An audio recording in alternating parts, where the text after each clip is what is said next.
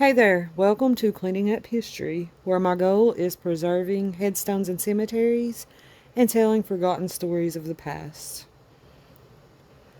Warning: this video may contain adult content and violence. Viewer discretion is advised.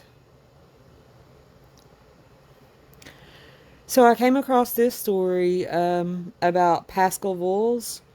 Actually, while I was doing research for the Marion Bolton story that I did last week, the death of Marion Bolton.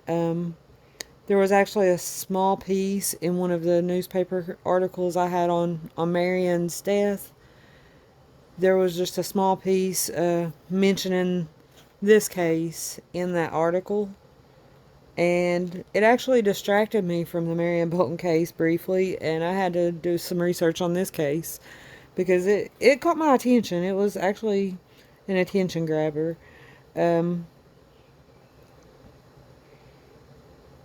the article about, what happened to Mr. Vool. So, like I said, it distracted me from the case I was working on at the time. If you have not saw my video on the death of Marion Bolton, I highly suggest you watch it. I will put a link to that video in the description below.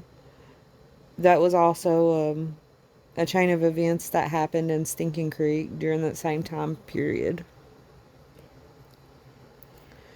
But this story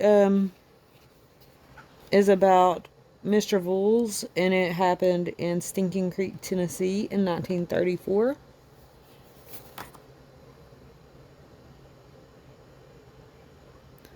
And I'm just going to talk briefly about his story as I clean up the headstone of him and his wife here. They're both buried here in Hall's Cemetery in Stinking Creek. It is actually a really beautiful, peaceful place up here. The other morning there was some baby raccoons up here, and it's just quiet and peaceful, and it's a pretty little cemetery.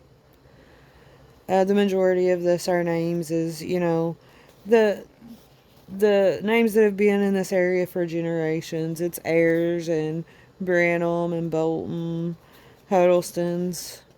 Um, those families have been in this area for many, many generations. They love their home, and this is many generations worth buried in the cemetery up here.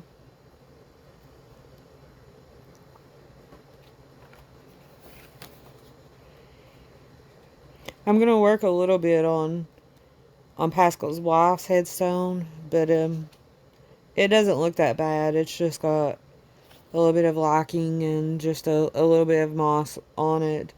It's nothing that bad yet, but I'm gonna go ahead and get that off while I'm here, just to prevent it from getting bad in the future, to try to preserve the names and dates and all the information on the stone for as long as possible. And these military stones, they're pretty easy to maintain. I'm just going to try to get all this black substance off of it. Most of the stones here in the cemetery have this black mold-like substance on it. I'm not really sure.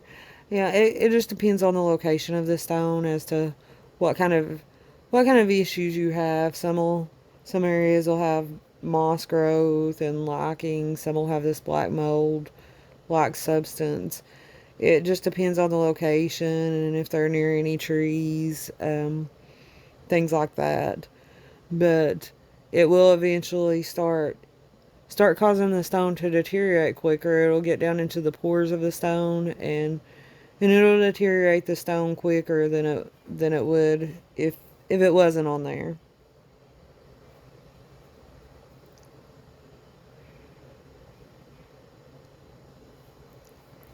So Pascal Voiles was born in 1895 in Cherokee, North Carolina.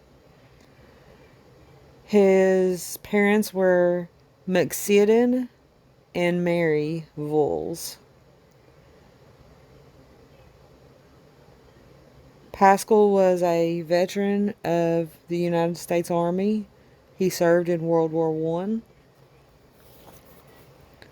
I did find documentation that in July of 1919, he was sent to France on military duty.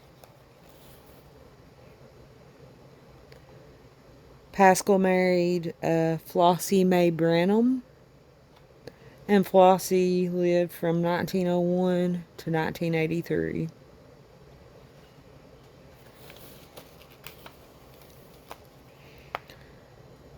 The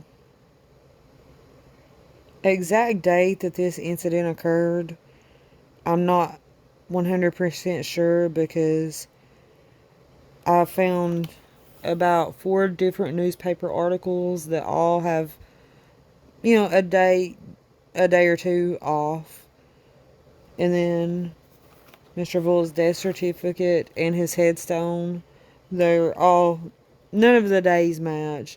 Pretty much they all have that this happened in June of 1934,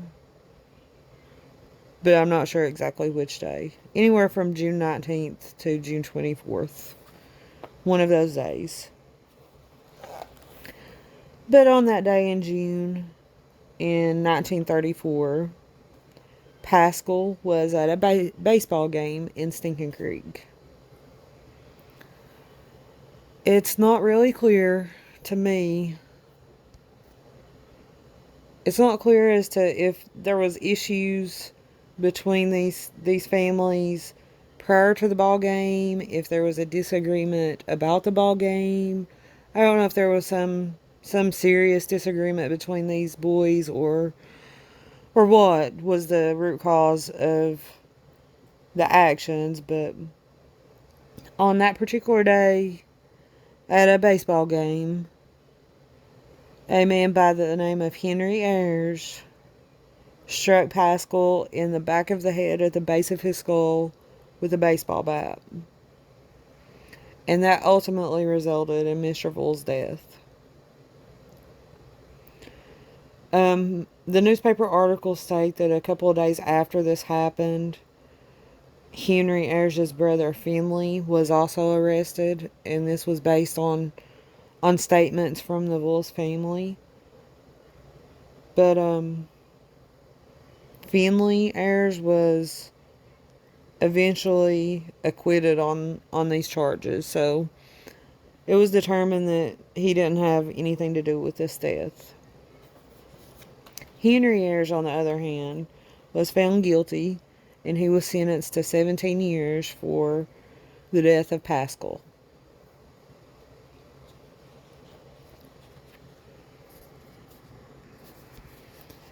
Now, when I look into the Henry Ayers family, I find that during this time, there were at least 4 different men that had either the first or middle name of Henry, with the surname of Ayers. However, I can only find one that had a brother named Finley, and his name was Thomas Henry Ayers. And he was born in 1895, which would have made him and Pascal the same age. And Thomas Henry Ayers passed away in 1940. I'm assuming that this is the Henry Ayers that's subject of all these newspaper articles, solely based on the fact that he had a brother named Finley. This Mr. Ayers was the son of William Sampson Ayers and Julia Ann Gibson Ayers.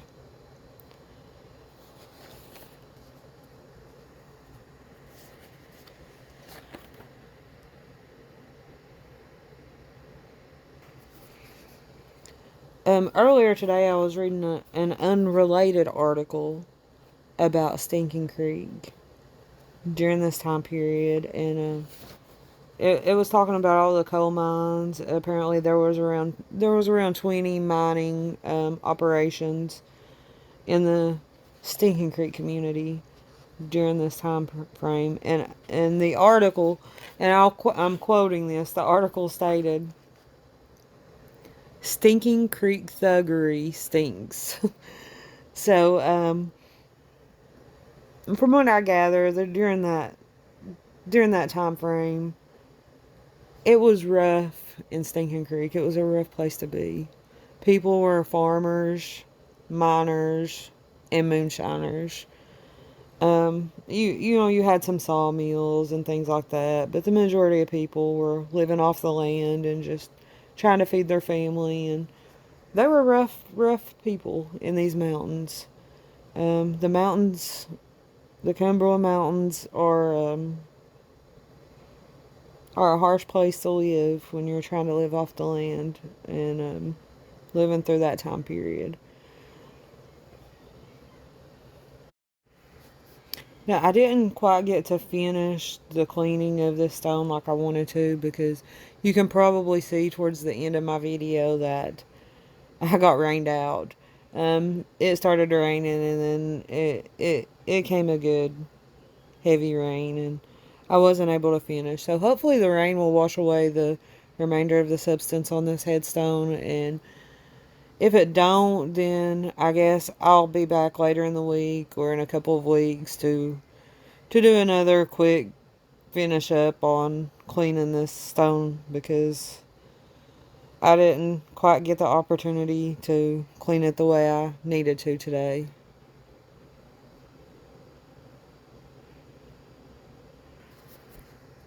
But I made sure that I placed Mr. Voulz's flowers back when I was done cleaning, along with his flag. And I placed a fresh new flag on his graveside as well. Just to show a little respect to a veteran of World War One.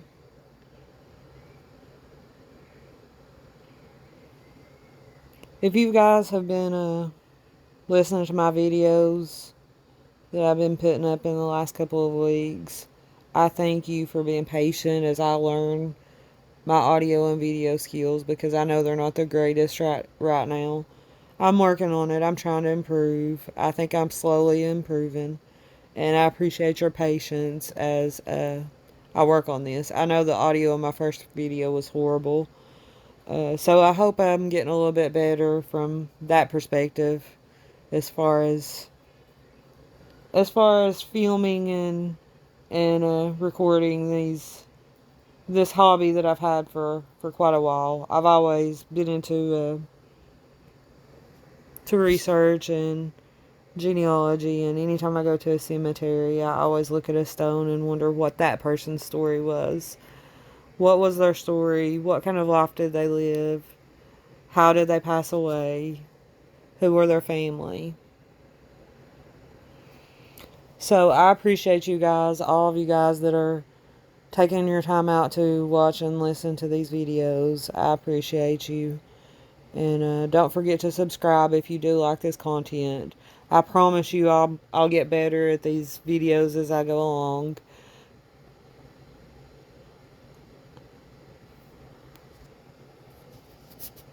And remember that a person is never forgotten until the last time their name is spoken.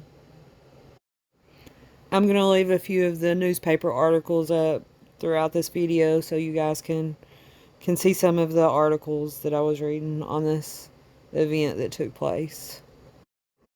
Because these are the articles that really actually caught my attention and brought my attention to Mr. Voulz and his life as a Army veteran who lost his life at a baseball game. And I'm sure that could have been avoided had these men had a discussion rather than the events that did occur.